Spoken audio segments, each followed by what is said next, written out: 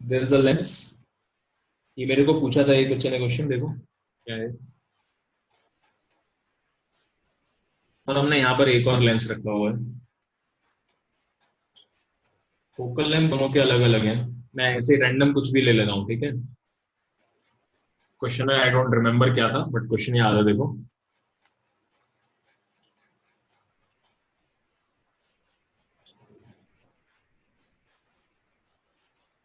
Okay, so this is 20 centimeter focal length, this is 30 centimeters focal length.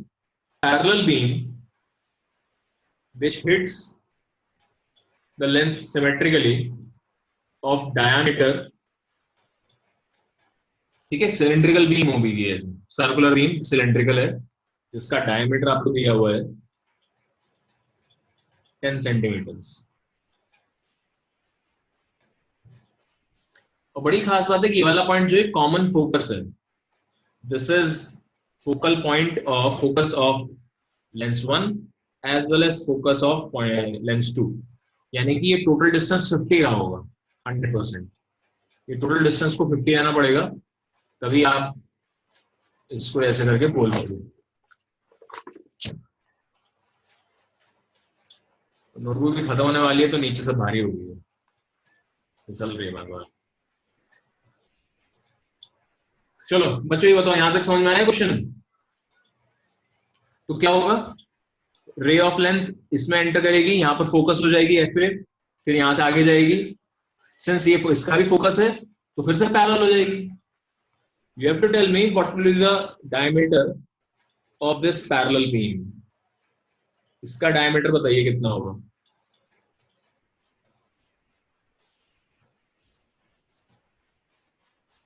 बताइए, question clear है बच्चों? Question clear है?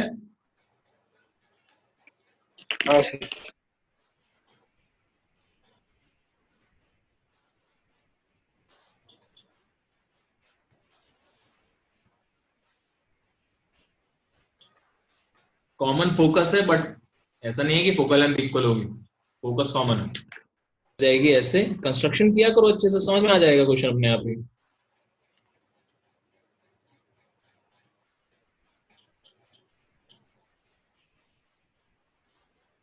अब ये दो ट्राइंगल बन रहे हैं, दे आर सिमिलर बिकॉज ये एंगल और ये एंगल बराबर है। सिमिलर है तो दिस डिस्टेंस, ये height of the triangle divide by this distance must be equal to this distance divide by this distance.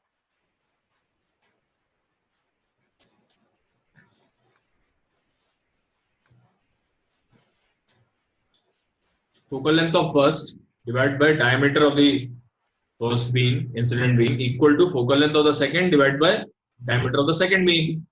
यही मान लो D2 है, ये D1 था मान लो।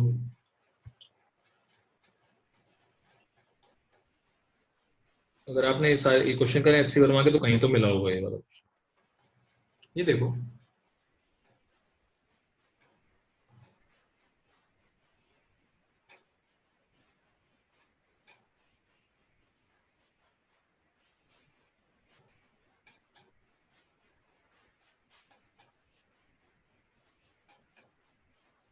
ये क्वेश्चन नहीं है, सिंपल एक फंडा है, समझने की कोशिश करना। देखो मेरे को ही बताओ कि if a ray of light is incident like this on a sphere, it gets refracted, is it possible कि अब अंदर ही रह जाए, बाहर ही ना आ पाए, यानी कि टीआईआर होता चला जाए? क्या ऐसा पॉसिबल है कि अब ये टीआईआर होते होते रहे और अंदर ही रह जाए, बाहर आ ही ना पाए? बताइए।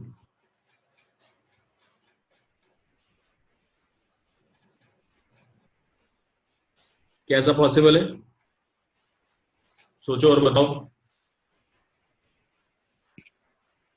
यहां से अंदर एंटर करी, ये स्फीयर था, रेडियस आर वगैरह दिया है। क्या ऐसा पॉसिबल है कि एक बार रे ऑफ लाइट अंदर एंटर कर गई, अब बाहर जो निकलने की कोशिश कर रही है तो टीआईआर हो जा रहा है हर बार? Is it possible? Yes sir.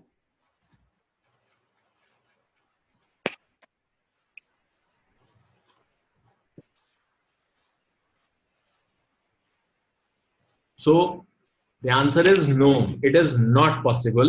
अगर ये परफेक्ट स्फीयर है तो ये कभी नहीं हो सकता ऐसा। अगर रे ऑफ लाइट अंदर गई है तो बाहर भी निकल के आ जाएगी आराम से।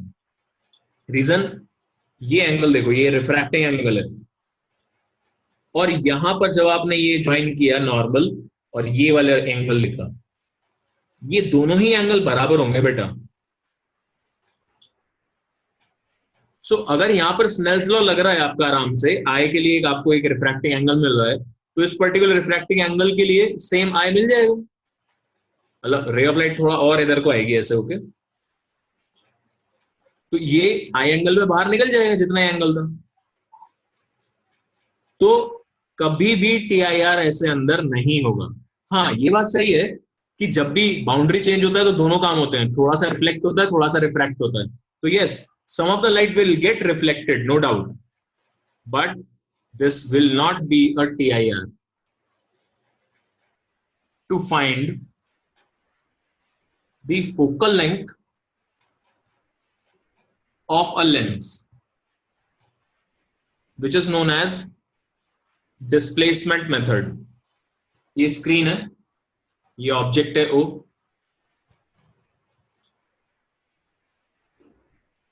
और हमने यहां पर बीच में कहीं पर we have put a lens.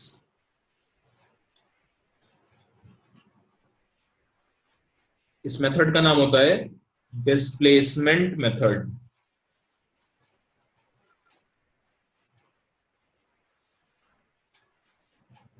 Important है, समझने की कोशिश करना। ऑलराइट, नाउ टेल मी,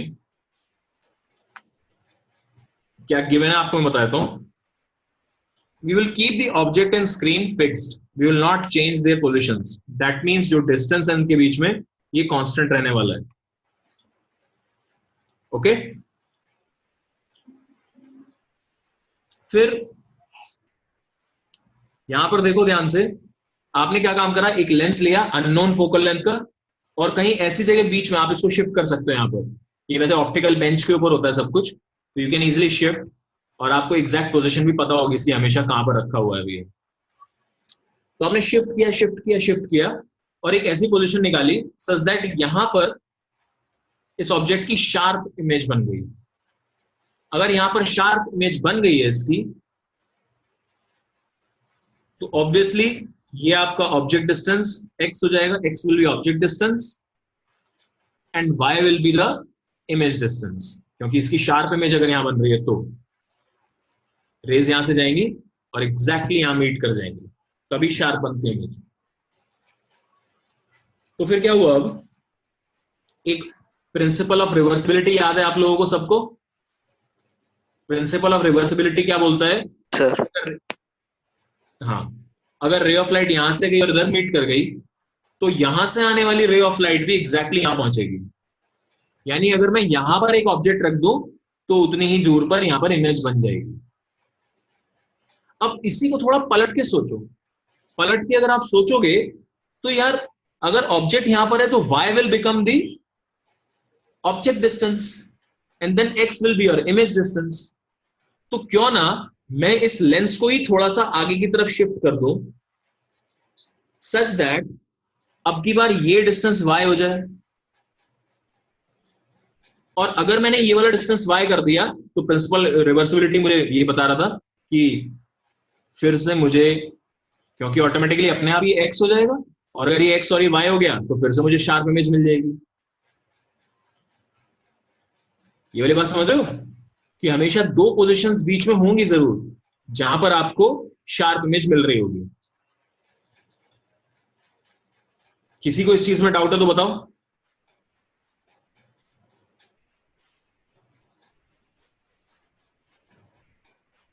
तो आप एक्सपेरिमेंट करोगे and you will find these two positions where you are getting the same sharp image in both the cases. And let us say, मैंने बोला ये जो डिस्टेंस मैंने ये जो इसको डिस्प्लेस किया था लेंस को, दिस वाज स्मॉल डी, और यहीं से इसका नाम आया डिस्प्लेसमेंट मेथड, बिकॉज आप लेंस को डिस्प्लेस करके देखते हो यहां पर कि दोबारा से शार्प इमेज कब आ रही है। तो हमें क्या क्या पता है, हमें कैपिटल डी पता है, हमें स्मॉल डी पता है, and we have to find the focal length. Try करिए इसको, ट्राई करो everyone, go for it. Capital D पता है, स्मॉल डी पता है, आप एक्स और वाई दोनों ही इनके टर्म्स में निकाल सकते हो। और अगर एक्स और वाई मिल गया आपको तो लेंस फॉर्मूला लगा के फोकल लेंथ पर आओ।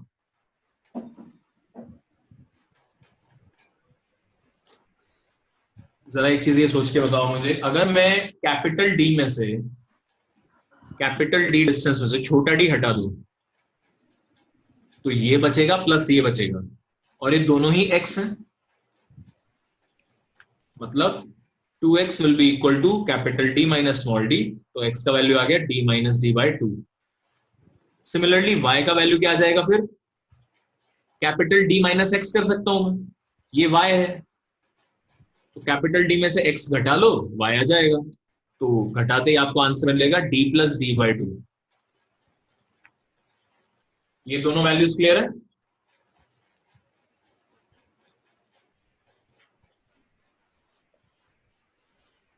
Sir. Good. And now we will use length formula 1 upon v minus 1 upon u equal to 1। बेटा आवाज आ रही है अभी? हाँ सर आ रही। तो यहां से फाइंड कर लेंगे सब लोग। देखो समीर ने भी आंसर दे दिया, वेरी गुड गुड।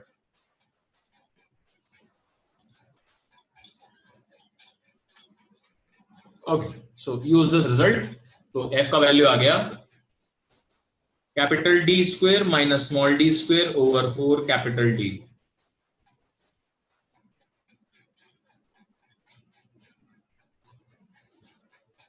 तो ये तो बेटा रिजल्ट आपको याद रखना है, और ये एक एक्सपेरिमेंट में भी यूज होता है, लेकिन हम इसको एक और तरीके से सोचेंगे जिससे हमें थोड़ी सी और एक्स्ट्रा इंफॉर्मेशन मिलेगी। ध्यान से समझना, ये भूल जाओ कि आपको नहीं पता, ये सोच लो आपको नहीं पता दैट दो जगह पर इमेज मिलती है। ओके, सिर्फ ऐसा सोचो कि ऑब्जेक्ट रखा हमने, स्क्रीन रखी, और सिर्फ एक बार में लेंस को एक जगह रखा and we are trying to find a sharp image. तो मुझे एक ही पोजीशन दिख रही है यहां पर कि एक ही पोजीशन पे शार्प इमेज आई, तो मैं उसी को सिर्फ x बोल रहा हूं और इसको y बोल रहा हूं, मैंने ये वाला काम नहीं करा, ठीक है, फॉरगेट दिस। तो भी मैं कैसे सोच सकता हूं इसको, मुझे ये स्मॉल d तो नहीं पता होगा, मुझे क्या पता होगा कि अगर ये x है तो ये d माइनस एक्स होगा। ये वाली बात समझ में आती है? अगर ये x डिस्टेंस है तो ये d माइनस एक्स डिस्टेंस होगा। सिर्फ मैं इसी को सोचते हुए ये वाला फॉर्मूला लगा,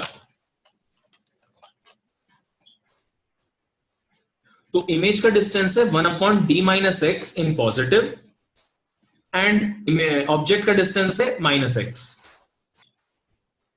इसको मैं सॉल्व करने की कोशिश करता हूं, और ये आपको देखना चाहिए कि क्वाड्रेटिक बन जाएगा सीधा। तो इधर गया माइनस एक्स हो गया, minus of minus D plus x हो गया, upon minus D minus x into x हो गया, इक्वल टू 1 अपॉन एफ हो गया।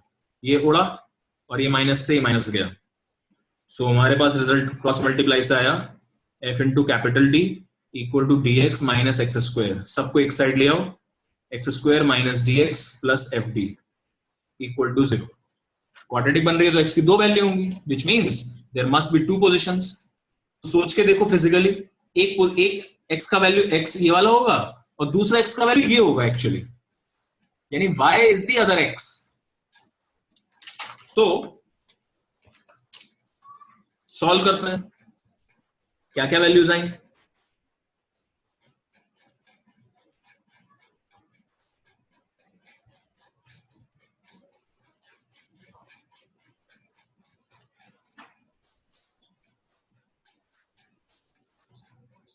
ठीक हुआ? दो बातें यहां से पता लगेंगी, समझना। यहां से हम ये वाला रिजल्ट भी निकाल सकते हैं, अभी निकालेंगे, देखना। ये तो x की वैल्यू है, दो बातें पता लगेंगी बेटा, ध्यान से समझने की कोशिश करो। पहली चीज, x की वैल्यू तभी निकलेगी जब ये पॉजिटिव होगा, which means d square minus 4fd must be greater than equal to 0। और इक्वल टू पे क्या होगा, एक ही पोजीशन मिलेगी। तो ध्यान से समझना, ये देखो f का वैल्यू यहां से f निकालूंगा, मस्ट बी लेस देन और इक्वल टू d/4।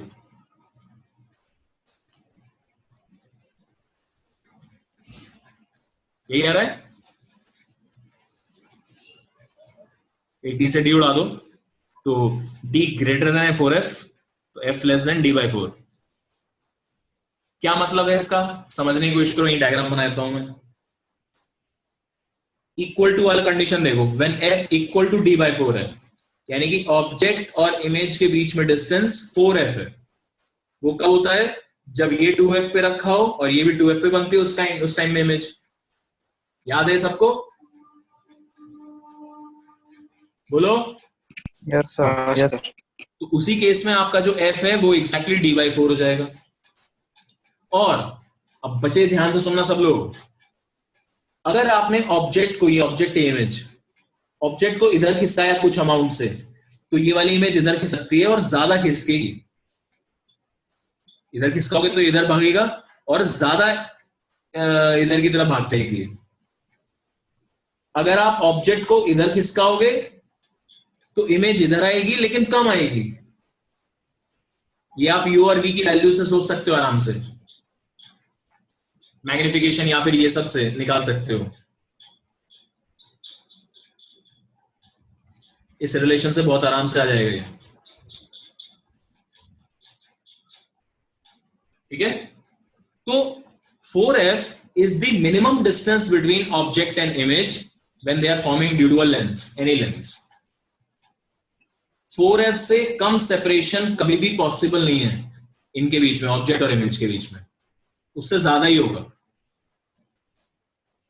फिजिकली भी सोच सकते हो, जितनी देर में ऑब्जेक्ट यहां से यहां पहुंचता है, इमेज इंफिनिटी तक पहुंच जाती है, तो ऑब्वियसली ऑब्जेक्ट की स्पीड से तो बहुत ज्यादा होगी, इमेज की स्पीड ज्यादा होगी। और यहां पर जितनी देर में ऑब्जेक्ट इंफिनिटी इधर जाता है, इमेज यहां तक ही पहुंच पाती है, तो यानी कि इस केस में इमेज कम धीरे धीरे चल रही होगी। तो यहां से ऐसे भी सोच सकते हो। So minimum separation of object and image is 4f। पहली बात तो ये पता लगी हमें।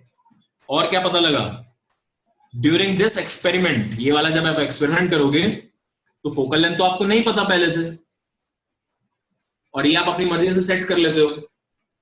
तो अगर आपने कुछ ऐसी गलती कर दी दैट f आपने d जो था, d जो होना चाहिए यहां से क्या आना चाहिए, ग्रेटर देन 4f होना चाहिए, तभी आपको जो है वो एक्सपेरिमेंट सक्सेसफुल होगा।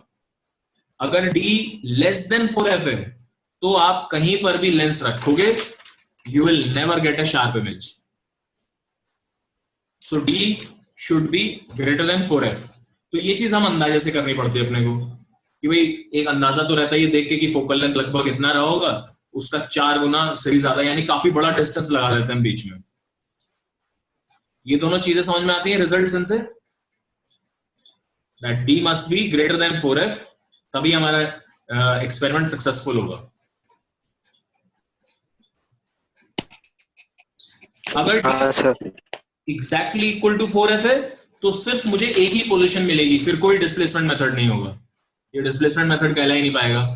मुझे फिर एक ही पोजीशन मिलेगी जहां पर शार्प इमेज मिलती है, बाकी कहीं नहीं मिलेगी। एंड फाइनली, सुनते रहो भी ध्यान से फटाफट, how to get this result from here. तो मैं बताता हूं कैसा आएगा, देखो ध्यान से देखो, इसमें कहीं भी स्मॉल डी नहीं है, तो मुझे समहाउ स्मॉल डी इंट्रोड्यूस कराना है इसमें। कैसे इंट्रोड्यूस कराएंगे, देखो कि आपको ये मालूम है कि x की जो दो वैल्यूज होंगी, one of them will be x and other will be y। ये समझ में आता है, एक वैल्यू x होगी दूसरी y होगी। And what is y minus x, y में से अगर मैं x सब्ट्रैक्ट कर दूं तो क्या मिलेगा, बोलो, मिलेगा small D, y minus x, small D मिलेगा। And x and y are the roots of this equation। तो डिफरेंस ऑफ द रूट्स कैसे लिखते थे, याद है?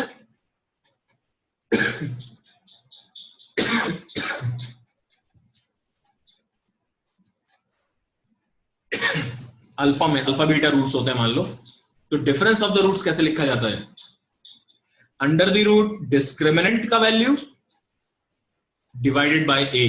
ए उसका होता था एक्स स्क्वायर का कोएफिशिएंट, डिस्क्रिमिनेंट का वैल्यू का अंडर रूट डिवाइडेड बाय ए, ये होती थी डिफरेंस ऑफ द रूट्स की वैल्यू, जो कि बहुत ऑब्वियस है यहाँ पर। अगर एक बार प्लस लगा एक बार माइनस लगा सब्ट्रैक्ट कर दिया तो ये वाली चीज कैंसिल हो जाएगी, ये बचेगी। अच्छा ठीक है, तो इसमें कर दो, ये डिस्क्रिमिनेंट है और ए तो 1 है, तो कितना आ जाएगा ये value, difference of the roots, हमें मालूम है डायग्राम से difference of the root small d है, और ये वैल्यू हो जाएगी root D square minus 4 FD।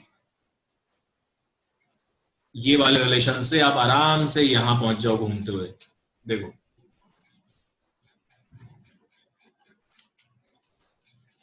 कुछ ग्राफ्स देखो, इंपॉर्टेंट ग्राफ्स होते थे इसमें।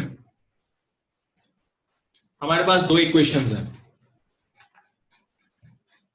एक है मिरर की, एक है लेंस की। मिरर की इक्वेशन कहती है 1/v plus 1/u equals 1/f। Lens की कहती है 1/v minus 1/u equals 1/f। तो इसमें भी दो ग्राफ बनेंगे कॉन्वेक्स कॉन्केव, और इसमें भी दो ग्राफ बनेंगे कॉन्वेक्स कॉन्केव। अब मैं एक ही बार में चारों बना रहा हूं जिससे कि आपको याद हो कि कौन सा क्या होता है। इधर हम प्लॉट कर रहे हैं u, इधर v, एंड सभी में ये काम है।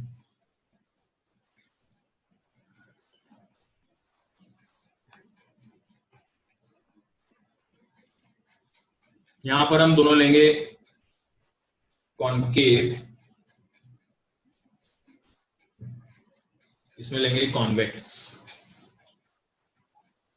और फिर इधर बाद में देखेंगे, पहले ही देखते हैं मिरर वाले। तो बच्चे इसमें स्टार्ट करते हैं, देखो कैसे। मेरे को थोड़ा सा याद करके बताओ, मिरर में जब ऑब्जेक्ट बिल्कुल पोल पे रखा हुआ होता था, यानी कि u का वैल्यू 0, तो v का वैल्यू कितना आता था? आपने मिरर से चिपका के रख दिया ऑब्जेक्ट, इमेज कहां बनेगी? फोकस। फोकस से बन जाएगी इमेज। सर सेम पॉइंट पे। Exactly, good. तो जब u 0 है, v भी 0 है, तो ये यहां से पास करेगा, ओरिजिन से पास करेगा।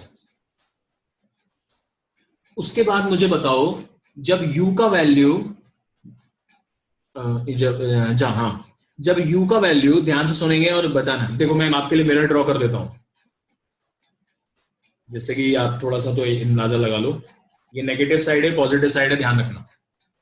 नाउ सोच के बताओ, जब u का वैल्यू -f होता था, minus of the focal length of this,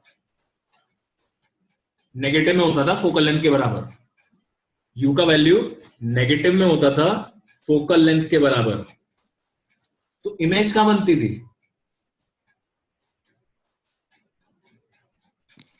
infinity. Good. Infinity. Good good, यानी मुझे ग्राफ इंफिनिटी पे ले जाना पड़ेगा, वो भी नेगेटिव, नेगेटिव साइड इंफिनिटी पे। तो एक लाइन यहां पर आपको ड्रॉ करनी पड़ेगी। तो मे बी जब आप u f की तरफ ले जा रहे हो तो माइनस इंफिनिटी पे अभी ग्राफ बन रहा है। अच्छा, प्लस पे भी हो सकता है। तो जरा सोच के बताओ, अगर ऑब्जेक्ट इधर से आ रहा है तो इमेज किधर जाती थी? इमेज पीछे चली जाती थी, नेगेटिव इंफिनिटी पे। यानी कि अगर मैं ऑब्जेक्ट को इधर से लेके आ रहा हूं, ऑब्जेक्ट का डिस्टेंस नेगेटिव f से -fa से कम है, मतलब और पीछे की तरफ है, तो आपका इमेज बनता था नेगेटिव इंफिनिटी पे, तो ग्राफ यहां से ऐसे जा रहा होगा अंदर की तरफ। ठीक है, और जैसे आप फोकस से इधर पहुंचते थे, यानी कि इस वाले पॉइंट से इधर पहुंचोगे, तो इमेज आती थी इस पॉजिटिव साइड इंफिनिटी से, यानी ग्राफ यहां से ऐसे आना शुरू करेगा। ये वाली बातें समझ पा रहे हो सब लोग? हाँ सर। ओके। और दो तीन बातें सोचो, यानी हमें दो तीन बातें तो पता लग गई। इस लाइन के अबाउट कैसा बिहेवियर है पता लग गया ग्राफ का। इधर तो ग्राफ ऐसे चला जाएगा इधर इंफिनिटी पे, और यहां से फिर ऐसे आएगा उठ के, और यहां से लेकर यहां तक ग्राफ ऑब्वियसली कुछ इस टाइप का होना चाहिए।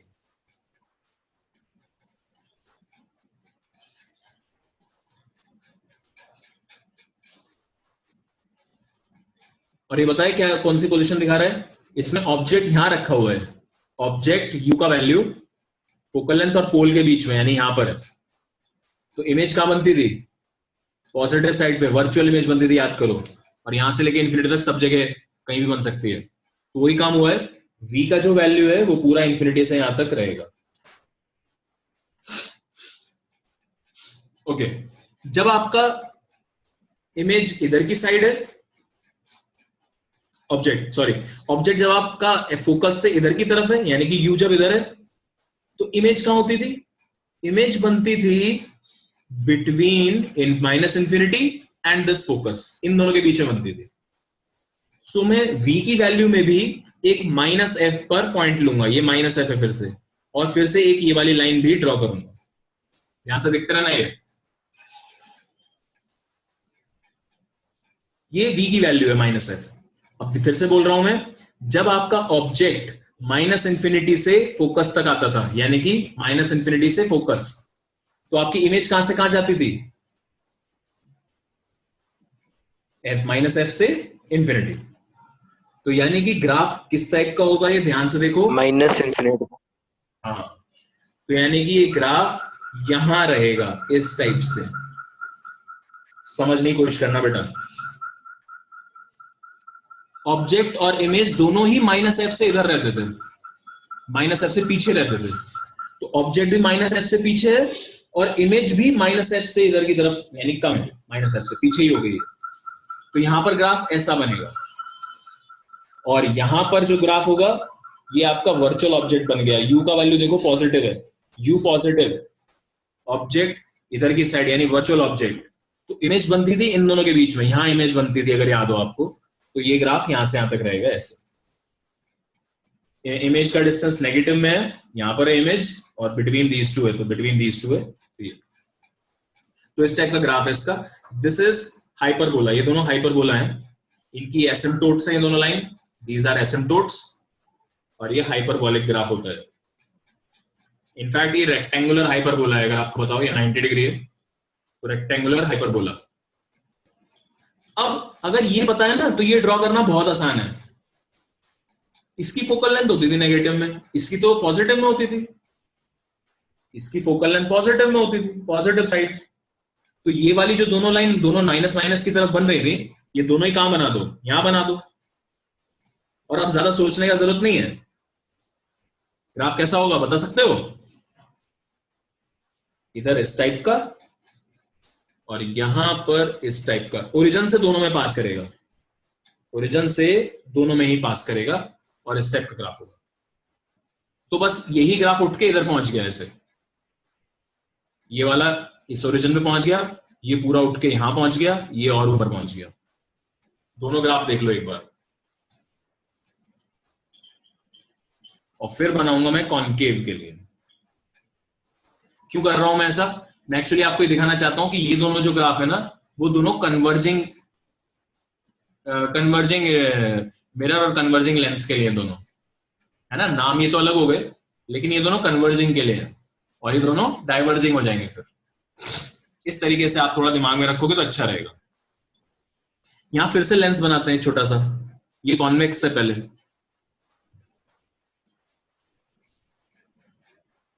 तो ऑब्जेक्ट जब इधर रहता है रियल, तो इमेज इधर बनती है रियल, ये तो है ही। इसमें क्या था, ऑब्जेक्ट इधर रियल रहता है, इमेज भी इधर रियल रहती है। तो दोनों लाइंस ऐसे हैं यहां पर फोकस वाली। इसमें क्या होगा, u का वैल्यू u मतलब अगर मैंने ऑब्जेक्ट फोकस पे रखा है, अगर मैंने ऑब्जेक्ट फोकस पे रखा है तो u का वैल्यू रहेगा नेगेटिव, यानी कि u का वैल्यू यहां नेगेटिव, ये माइनस है। और इमेज जो है, इमेज ध्यान से समझना, इमेज जो है वो फोकस पे जब बनती है तो होती है प्लस साइड पे, पॉजिटिव एफ पे, यानी होगी वो यहां पर।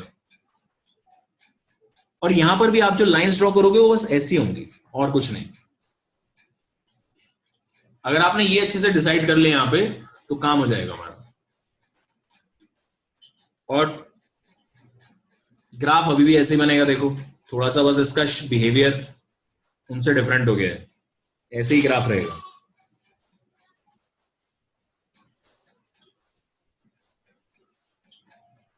क्या दिखाता है ये ग्राफ? देखो, जब आपका ऑब्जेक्ट, इससे सोचते हैं पहले, जब आपका ऑब्जेक्ट -f पर है, -f पर है, तो इमेज कहां बन रही है? इन्फिनिटी पे।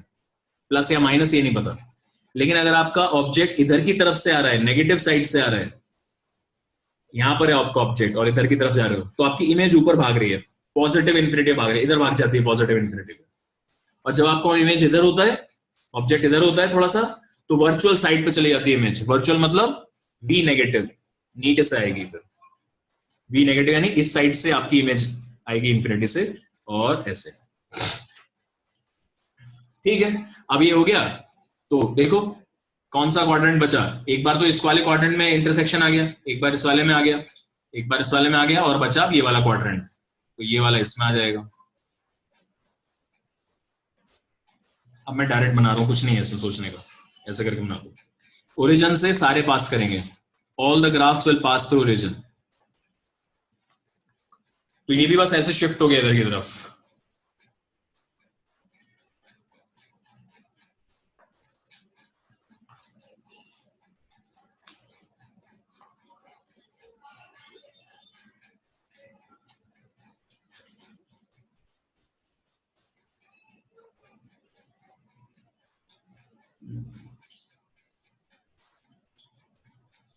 ऑब्जेक्ट जब -इन्फिनिटी पर है, ये कॉन्केव लेंस है,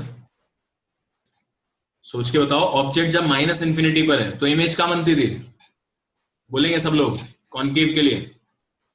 ऑब्जेक्ट माइनस f, कौन सा वाला f? ये वाला f है ना, रेज ऐसे आती है। हाँ सर, हाँ सर, हाँ। तो यानी कि आपका v का वैल्यू कितना आया? v का वैल्यू -f आया। तो वही हो रहा है यहां पर, जब आपका u इन्फिनिटी पर है, -इन्फिनिटी पे, तो ये कहां टच कर रहा है इसको जाके? -f पे। तो v का वैल्यू -f पे। तो वैसे ही पूरा ग्राफ बन रहा है। अब देखो, शेप में कंफ्यूजन हो जाता है कि यार ये वाले ऐसे बन रहे हैं, ये वाले ऐसे बन रहे हैं, तो याद कैसे करेंगे? पहले मिरर आया, मिरर पढ़ा था हमने, फिर लेंस आया, ठीक है? तो ये ऐसे हाथ रखना है, ऐसे हाथ रखना है। ये लाइन दिखाई दे रही है कैसे कैसे जा रही है? वैसा ही शेप है, ये वाली लाइन ऐसे, और ये वाली नीचे वाली लाइन इस टाइप से थोड़ी सी ऐसे, और उसमें जस्ट ऐसे होता है। ऐसे याद करो, हाथ देख के ही बता सकते हो हमेशा। ये वाली लाइन ऐसे ऐसे जा रही है, और ये वाली लाइन ऐसे कट के इधर आ रही है। अब मेरी इतनी बढ़िया नहीं है ये रेखाएं, पर आई होप सभी में ऐसी होती है, सभी के हाथों में ऑलमोस्ट। लेफ्ट हैंड की रेखाएं देखो, इसमें ऐसे होगा, पहले मिरर पढ़ना है तो लेफ्ट हैंड, राइट हैंड ये वाला लेंस।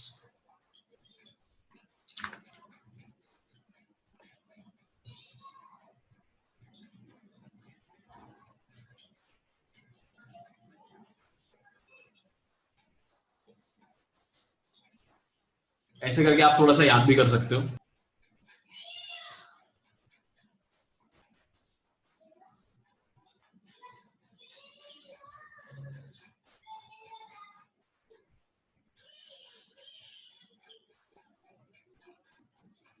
एक ये वाला पार्ट और थोड़ा सा देखेंगे अभी हम, वेरिएबल रिफ्रैक्टिव इंडेक्स। एडवांस में कभी कभी इसके बारे में पूछ लेता है।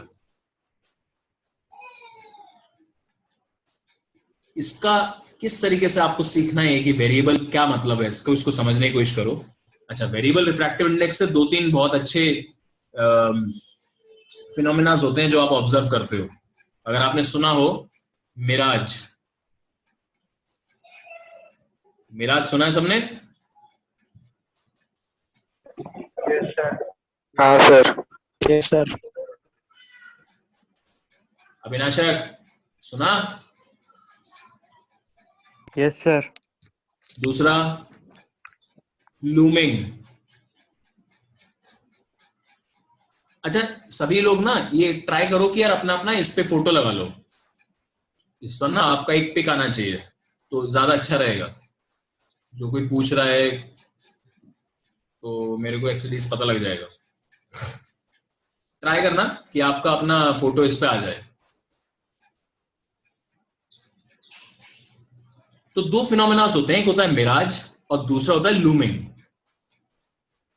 ठीक है?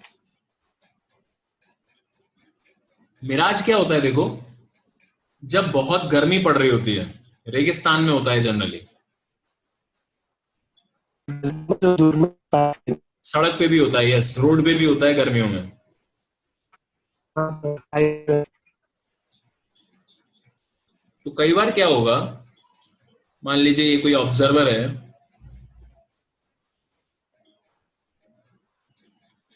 Sometimes he feel as if यहां पर कहीं पर पानी है। अब पानी क्यों लगता है इसको? क्योंकि इसको ऑब्जेक्ट्स की इमेज दिखाई देनी शुरू हो जाती है इस तरीके से। रेस जो है वो यहां से शुरू करती हैं और ऐसे घूमती हुई इसके आईज में पहुंच जाती हैं। बट इसको क्या पता घूमती हुई आ रही थी, ये तो सोचेगा यहां से आ रही है बढ़िया एकदम, इसको लगेगा रेस यहां से आ रही है सीधा। और इसको क्या होगा, सिंस स्पीड से आ रही थी इमेजेस, तो इसको यहां पर एक ऐसे इमेज दिखाई देगी। What he will feel? He will feel कि यहां पर कहीं पानी है। This phenomena is called mirage. अब बात ये आती है कि व्हाई दिस हैपेंस, ये ऐसे रेज क्यों टर्न कर गए? तो ये होता है when the season is summer, summer season में होता है, तो गर्मी जहां पर होती है वहां पर होता है ये। अब रे जो है वो इस तरीके से क्यों टर्न कर गई? बिकॉज जब आप इस डायरेक्शन में ऊपर जा रहे हो तो रिफ्रैक्टिव इंडेक्स कंटिन्यूसली चेंज हो रही है, और जब रिफ्रैक्टिव इंडेक्स चेंज हो रही है तो आपकी रे ऑफ लाइट जो है वो टर्न होनी शुरू हो जाती है। अब अगर एक ही सरफेस क्या क्रॉस होती है तो एक बार में टर्न होकर खत्म हो जाती है बस, लेकिन यहाँ क्या हो रहा है, कंटिन्यूसली चेंज हो रही है इस डायरेक्शन में। और जब कंटिन्यूसली चेंज होगी तो ये भी स्ट्रेट लाइन छोड़ के कर्व में मूव करना शुरू कर देगा रे ऑफ लाइट। अब ऊपर जाने पर रिफ्रैक्टिव इंडेक्स बढ़ रही है कम हो रही है, मैं बताया तो आपको। ऊपर जाने पर रिफ्रैक्टिव इंडेक्स डिक्रीजेस, म्यू जो है वो डिक्रीज करता है अगर आप ऊपर जाते हो। गलत बोल दिया मैंने बेटा, सॉरी, इंक्रीजेस, कैलकुलेशन गड़बड़ होगी। हाँ, तो ऊपर जाने पे रिफ्रैक्टिव इंडेक्स इंक्रीज होती है, ये भूल जाओ, डिक्रीज नहीं है, इंक्रीज। ऊपर जाओगे जैसे जैसे तो रिफ्रैक्टिव इंडेक्स इंक्रीज होगी। अब क्या हो रहा है, लाइट ऐसे आ रही है, तो लाइट जो it is travelling, trying to travel from higher refractive index to lower refractive index, यानी डेंसर टू रेयरर आने की कोशिश कर रही है। अच्छा, ये काम क्यों हो जाता है गर्मी से? गर्मी से इसलिए हो जाता है कि आपका ये जो सरफेस है ये बहुत गर्म है, इसके एडजेसेंट जो एयर मॉलिक्यूल्स हैं they will be very hot, बहुत हॉट होंगे वो, और जो हॉट एयर होती है वो एक्सपैंड कर जाती है। एक्सपैंडेड एयर का रिफ्रैक्टिव इंडेक्स कम होगा हमेशा। अब जैसे जैसे ऊपर जाओगे एयर थोड़ी कूल होगी, cooler air will be there, और जब कूल एयर होगी तो उसका रिफ्रैक्टिव इंडेक्स होगा ज्यादा। तो जो एयर एकदम एडजेसेंट टू सरफेस है वो बहुत ज्यादा गर्म हो जाती है, एक्सपैंड कर जाती है, और म्यू कम हो जाता है। तो ये रीजन है कि गर्मी में ऐसा क्यों होता है। अभी हम इसकी देखेंगे कैसे, बाकी देखेंगे इसको अच्छे से मैथमेटिकली। तो ये तो हो गया मिराज। दूसरा होता है लूमिंग, जो कि आमतौर पे नहीं दिखता, बहुत कम दिखता है एक्चुअली। होता क्या है देखो, इसका ठीक उल्टा, दिस हैपन्स नियर सी, मतलब सी बीच के आसपास आपको होगा, ये ओशंस में होता है ये काम। क्या होता है, ये ओशन का सरफेस है, यहां पर एक मान लीजिए बोट आ रही है बहुत दूर से,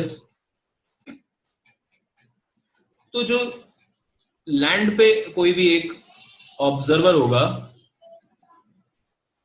उसको ये बोट कुछ इस टाइप के रिफ्रैक्शन की वजह से दिख जाती है।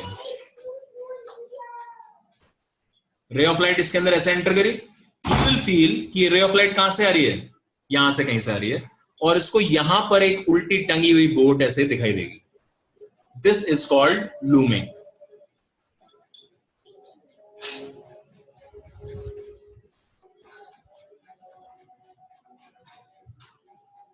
अब बताओ ये रे ऑफ लाइट ऐसे क्यों टर्न हो गई, व्हाई इज इट टर्निंग, बोलो।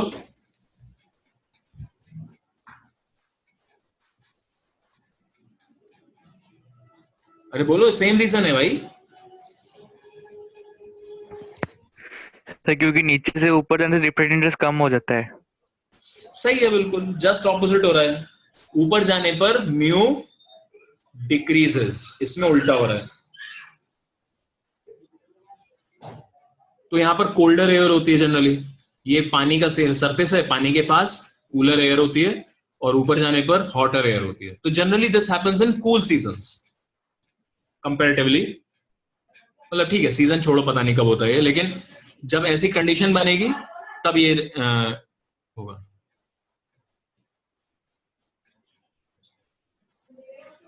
अब हमें इसकी मैकेनिक्स मतलब इसकी मैथमेटिक्स देखनी है कि भाई ये किस तरीके से होता है, मिराज कैसे फॉर्मेशन होती है, और ये आपका लूमिंग किस तरीके से होती है। ठीक है,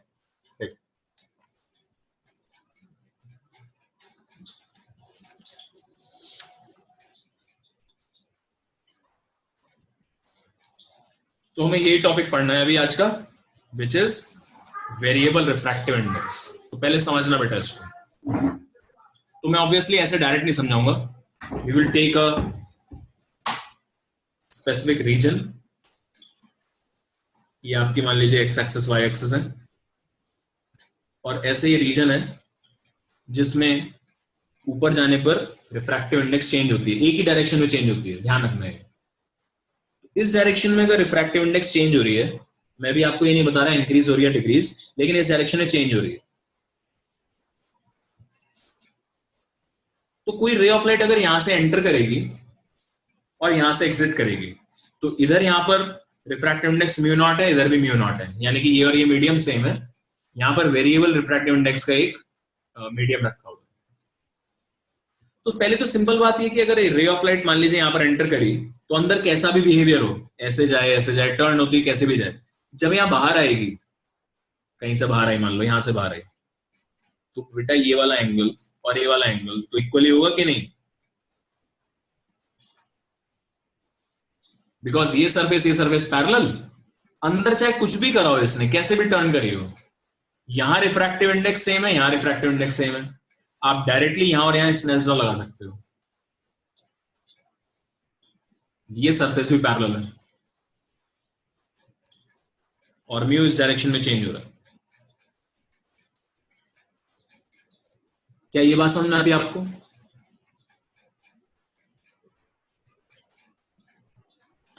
बेटा ये चीज क्लियर है क्या हो रहा है इसमें? हाँ सर।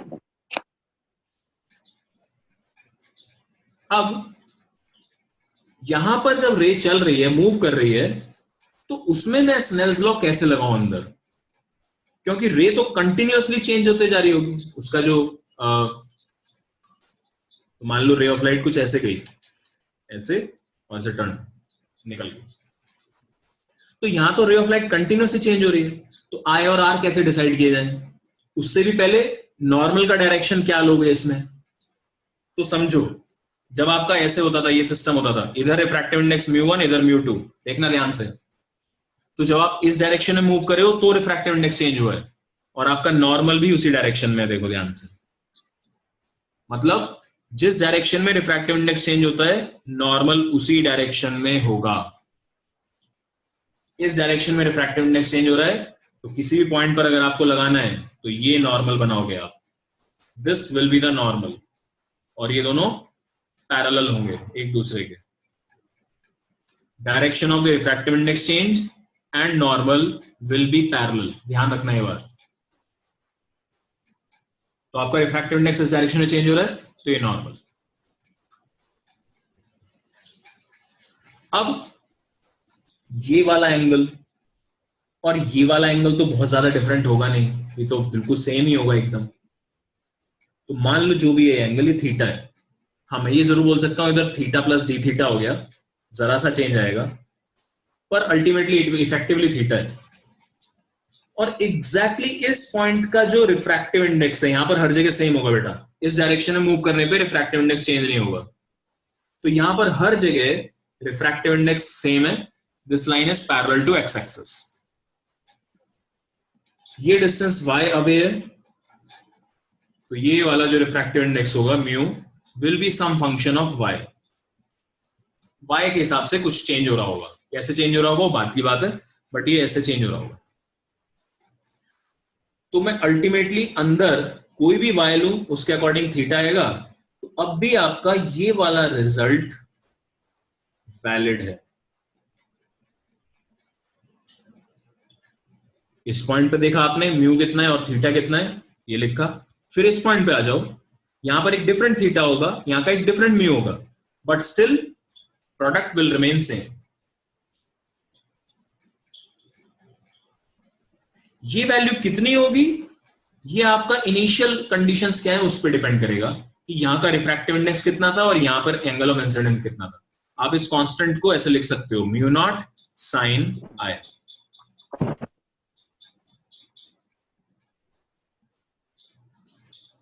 तो ये थीटा इन जनरल है, कहीं पर भी ये जनरल थीटा है, और ये भी जनरल रिफ्रैक्टिव इंडेक्स है अंदर की वेरिएबल जो भी होगी। क्या ये चीज क्लियर हुई बेटा यहां तक?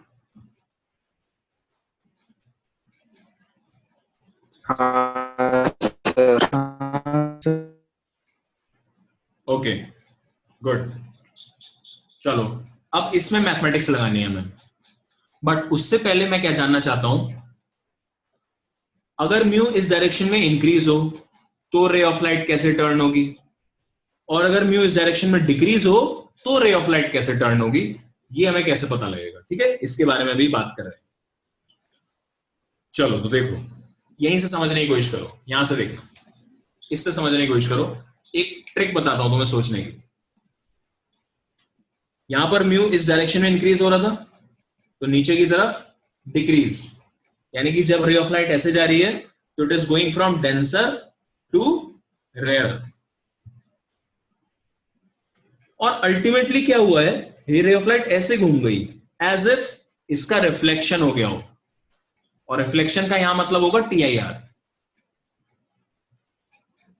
तो आपको ऐसे ही सोचना है, मान लो मैंने बोला कि ये एक मीडियम है, इसमें इस डायरेक्शन में रिफ्रैक्टिव इंडेक्स मान लो इंक्रीज करती है, मान लो ऐसे, यानी कि इधर रेयरर इधर डेंसर। तो अगर कोई रे ऑफ लाइट ऐसे आएगी ना तो ऐसे टर्न कर जाएगी इधर की तरफ, क्योंकि ये इधर की साइड डेंसर मीडियम है इधर, और इधर रेयरर है। तो ये सोचते हुए आपको चलना है हमेशा। अगर कोई रे ऑफ लाइट मान लो ऐसे जाना चाह रही है ऐसे, तो it is moving from rarer to denser, तो नॉर्मल यहां ऐसा बनेगा, तो एंगल किधर होगा इसका, एंगल क्या होगा, बढ़ेगा कम होगा डेंसर में जाने पे, बोलो। When light goes from rarer to denser, जो एंगल होता है वो इंक्रीज होता है डिक्रीज होता है, rarer to denser decrease, decrease decrease, very good. Rarer में एंगल ज्यादा होता है डेंसर में कम। तो रे को इधर टर्न कराऊं या ऐसे टर्न कराऊं, बताइए, 1 या 2?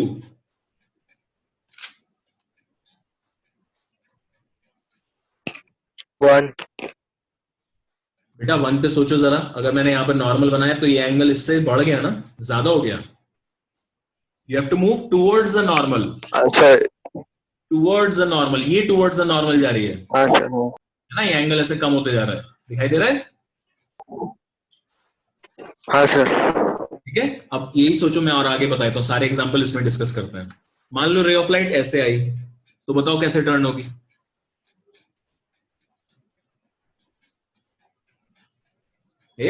ऐसे ऊपर की तरफ, क्योंकि तभी तो एंगल डिक्रीज होगा, जितना ऊपर जाएगी एंगल डिक्रीज होता जा रहा है, तो ऐसे टर्न कर जाएगी। सो रे ऑफ लाइट ऐसे आ रही है तो ऐसे टर्न कर जाएगी, रे ऑफ लाइट ऐसे आ रही है तो ऐसे टर्न कर जाएगी, if mu increasing this way. Ray of light ऐसे आ रही है तो ये ऐसे टर्न कर जाएगी, और रे ऑफ लाइट ऐसे आ रही है तो ऐसे टर्न कर जाएगी। ये मैंने चारों डायरेक्शंस अब आपको बता दिए हैं कैसे टर्न करेगी। अच्छा, ये वाली रे ऑफ लाइट ऐसे टर्न करते करते ऐसे नहीं जाएगी, ऐसे सीधा ही निकल जाएगी फिर, ठीक है, ऐसे सीधे निकल जाएगी। अगर आगे भी है मीडियम तो सीधे जाएगी, ये ऐसे कर्व कर जाएगी अगर इधर की तरफ आ रही है तो टर्न। ये समझ में आया? फिर से बनाया तो, अब की बार उल्टा बनाएंगे, अब की बार ऊपर जाने पर डिक्रीज कर रही है, refractive index decreases when you go up. तो अगर कोई रे ऑफ लाइट ऐसे एंटर करेगी तो किधर टर्न करेगी, ऐसे नीचे की तरफ या ऐसे ऊपर जाएगी, सोचो। सर नीचे की तरफ। सर नीचे की नीचे की तरफ। तो रे ऑफ लाइट ऐसे आई, क्योंकि अब डिक्रीज कर रहा है, यानी इधर डेंस है इस साइड पे और इस साइड पे रेयर है, तो अब एंगल इधर की तरफ जाने पे बढ़ना चाहिए। तो बढ़ेगा कैसे, जब ऐसे जाएगी रे ऑफ लाइट ऐसे बढ़ता चला जाएगा एंड ये आगे टर्न कर जाएगी इस तरीके से, एज इफ TIR हो गया, रिफ्लेक्शन जैसा। रे ऑफ लाइट ऐसे आई तो इधर टर्न कर जाएगी ऐसे, इसमें रे ऑफ लाइट ऐसे आई तो बोलो, ये वाली बोलो, ऐसे नीचे की तरफ आएगा ये या ऊपर चला जाएगा ऐसे, सर नीचे की करेक्ट, गुड।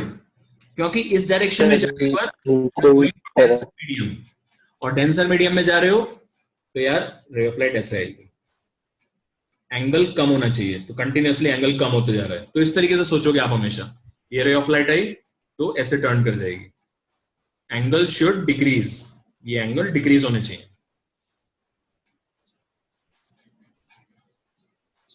मतलब इसी को पलट के रख दिया, उल्टा रख दिया ना, अगर आप इसको पलट के देखोगे ऐसे तो ऑलमोस्ट सिमिलर ही तो है दोनों, ठीक है।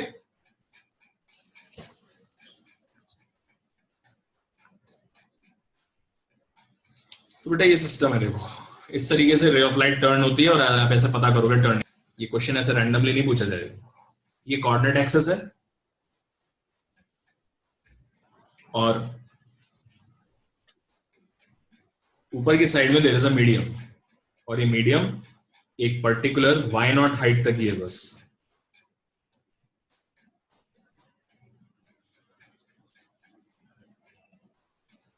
आपको म्यू दिया हुआ है as a function of y, mu is given as a function of y, यानी कि इस डायरेक्शन में ही चेंज हो रही है, ठीक है। तो हमेशा ध्यान रख, एक ही डायरेक्शन में चेंज करेंगे, ठीक है, ऐसे दोनों डायरेक्शन में नहीं करने वाले हम, या तो x में चेंज करेगा या y में करेगा। तो अभी y अच्छा लग रहा है देखने में, y में करता है। और मानो कि रे ऑफ लाइट यहां स्ट्राइक करती है ऐसे, ये मैं एक पर्टिकुलर केस ले रहा हूं, एकदम ऐसे, तो मुझे आप ये बता सकते हो कि एंगल ऑफ इंसिडेंस कितना है?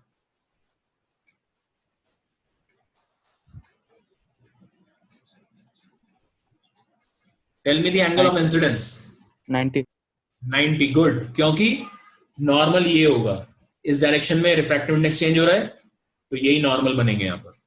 सो यहां से रे ऐसे गई और अंदर इस टाइप से कर्व होनी शुरू हो गई और यहां से में भी बाहर निकल गई।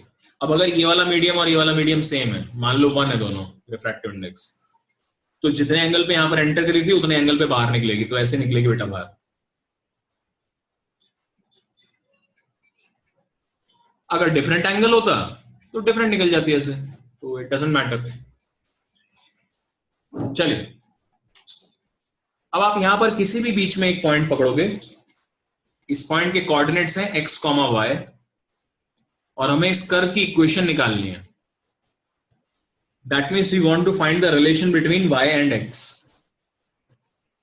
ये आपका इस पॉइंट के लिए एंगल ऑफ इंसिडेंस होगा और ये एंगल ऑफ रिफ्रैक्शन हो जाएगा, जो कि सिंस यहां तो कोई बहुत ज्यादा फर्क है नहीं, सरफेसेस ऐसे माने जाएंगे, तो ये एंगल थीटा है।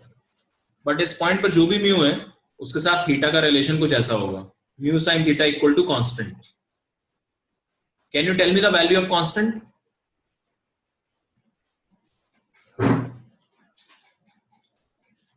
याद करो, वैल्यू ऑफ कांस्टेंट क्या ली थी हमने, है कि नहीं? म्यू नॉट साइन आया, तो म्यू नॉट यानी यहां का म्यू कितना है 1 और यहां एंगल कितना है 90, कितना हो गया 90 degree 1। 1।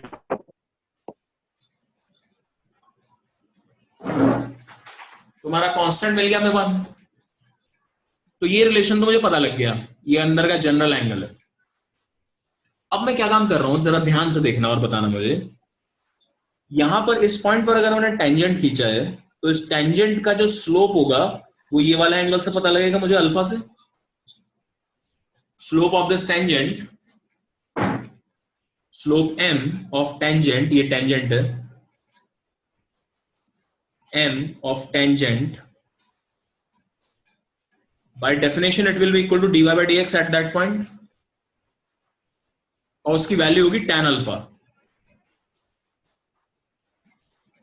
Can you tell me how tan alpha and theta are related? So alpha is equal to 90 minus theta. Very good, excellent. तो ये क्या बन जाएगा? This will be cot theta.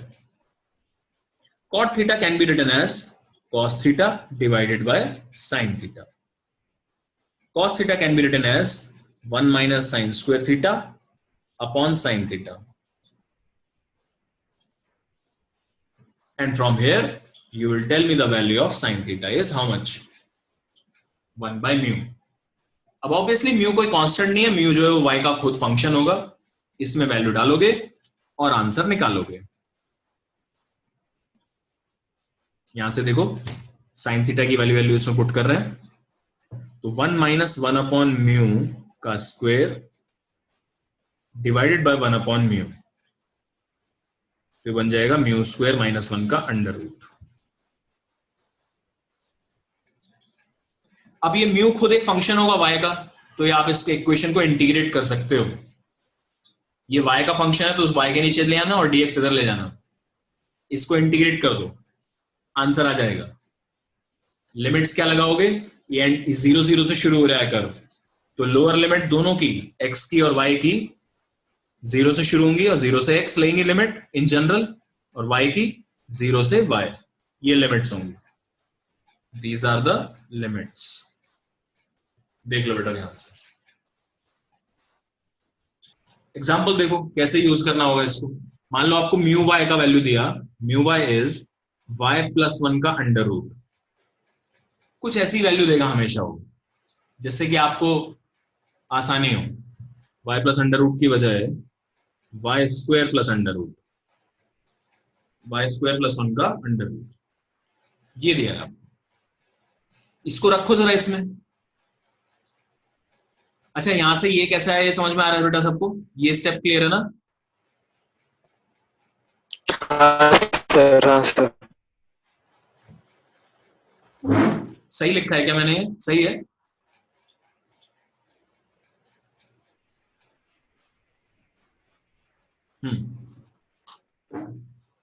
Alright. Now जब इसमें ये पुट करोगे तो क्या रिजल्ट आएगा? सर y 1 से कट गया y, तो आपका इक्वेशन क्या बनेगी देखो. So mu is y square plus 1 under root, और dy बाई dx क्या है हमारे इस केस में?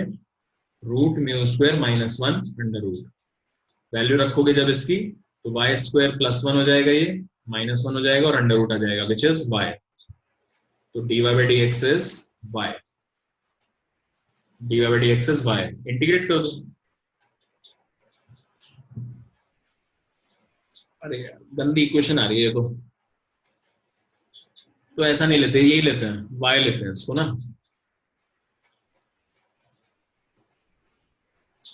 सो dy over root y equals dx, 0 to x 0 to y. Integrate कर देना, इसका इंटीग्रेशन हो जाएगा 2 रूट y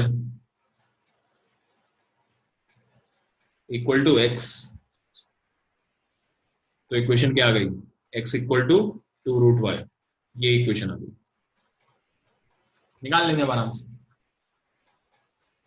या मैंने शुरू से ही आपको जो है y का फंक्शन है, y का फंक्शन है, y का फंक्शन है बोलते आ रहा हूं. x का भी तो हो सकता है. अगर x का फंक्शन होगा तो क्या चेंजेस आएंगे? मतलब अब आपका जो वेरिएबल रिफ्रैक्टेडनेस वाला मटेरियल है वो यहां से यहां तक इतना भरा हुआ है.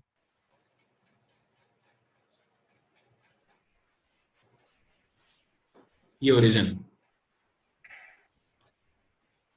और अब आपको mu as a function of x change हो रहा है, इस डायरेक्शन में चेंज हो रहा है. तो पहला चेंज तो ये आएगा कि नॉर्मल अब इस डायरेक्शन में होगा, ऐसे होगा नॉर्मल। और अगर रे ऑफ लाइट ऐसे आएगी, सोच के देखना बेटा ये बात, अगर रे ऑफ लाइट ऐसे एंटर करेगी तो इंसिडेंट एंगल ऑफ इंसिडेंस कितना, ये नॉर्मल है अब, 0 डिग्री कितना 0 0।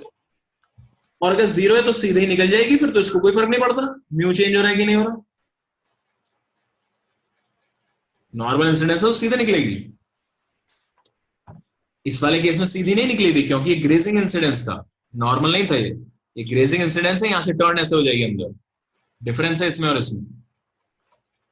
तो ये तो सीधे निकल गई, ठीक है, बट इसमें भी तो ये वाला केस बन सकता है कि रे ऑफ लाइट ऐसे आए, और जब इसमें रे ऑफ लाइट ऐसे आएगी it will turn like this, may be मान लो ऐसे टर्न कर गई, फिर क्या करोगे आप अभी ये एंगल लोगे, तो सॉरी गलत हो गया बेटा, ये नहीं है, तो इस पॉइंट पे ले लो, ये नॉर्मल है।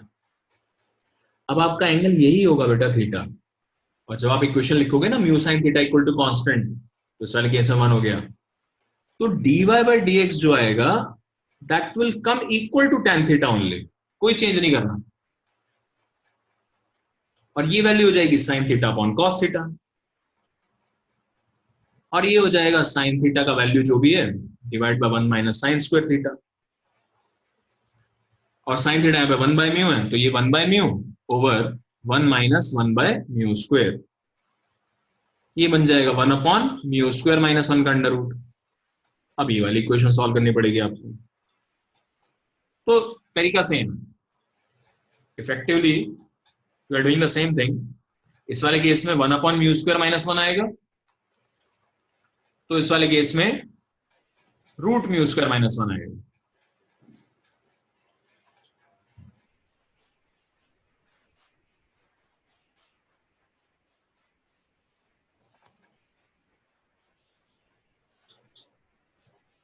हालांकि यहां देखो तो सिर्फ एक्स और वाई चेंज हुए हैं, अगर आपको ये लगे यार ये अजीब सा लग रहा है मुझे, तो इसको कैसे सॉल्व करूं मैं, क्या हो गया ये, कोई बात नहीं, dx बाई dy लिख लेना इसको, भाई y as a function of x निकालो या x as a function of y निकालो, एक ही बात, तो वो वाली क्वांटिटी ऐसा आ जाएगी, ठीक है।